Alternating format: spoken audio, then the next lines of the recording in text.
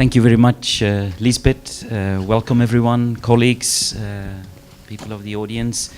I'm indeed very glad with this first initiative, not only because this is a crucial moment after the elections where we can debate as colleagues rather than as challengers. We are representatives of a foundation, not of a European political party, and we are after the election. So this is more of a exchange of view.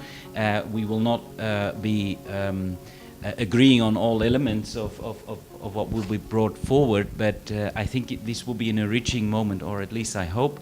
And it's also a call to the European foundations, also internally, to maybe once every year to get together for an exchange of views on how we function within the political European landscape. I would like to briefly bring forward a couple of elements for analysis after the elections.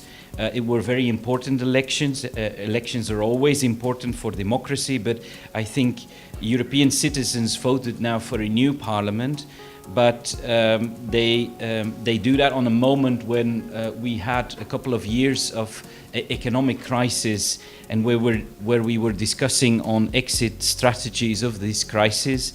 I have to also recall that there was not, before the economic crisis, we also had a sort of an institutional European crisis after voting down of the European Constitution and the relaunch through the Lisbon Treaty that now has become, that has been implemented.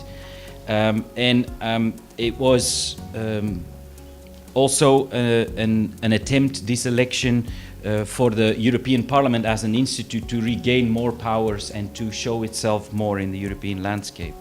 Second point, also the fear of rise of populism and far-right parties have been confirmed, partly also because of the crisis, the economic crisis and the institutional crisis that I mentioned.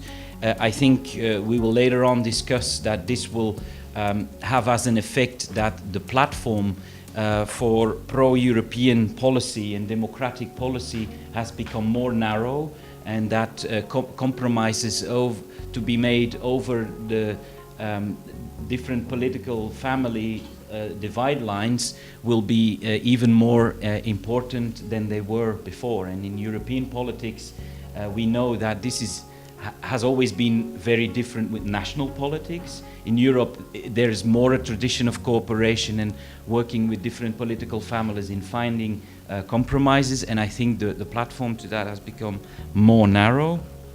About the turnout of the elections itself, it's the first time that the participation level going down, that this has stopped.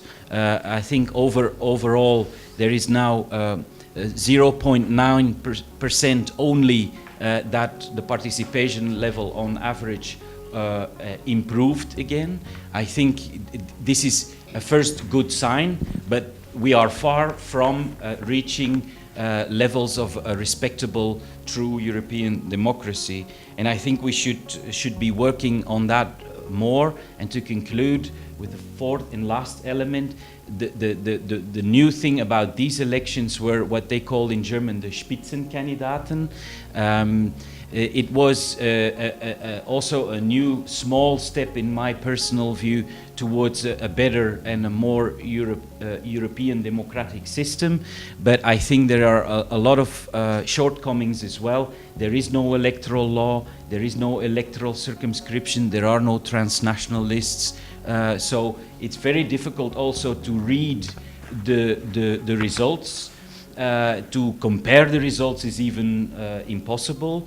I think we should evolve to a truly democratic system where European citizens are more involved. That was one of the reasons why the European Free Alliance had not put forward a Spitzenkandidat, because we were a bit reluctant in the sense that we feel that it is a little improvement, a small step ahead. But on the other hand, we were also fearing a bit. Now Mr. Juncker has been put forward, and he was one of those candidates. But it could have been that the council had nominated somebody else, and then we find ourselves in concluding maybe that what we had as a true step forward for democratization turned out to be just a facade.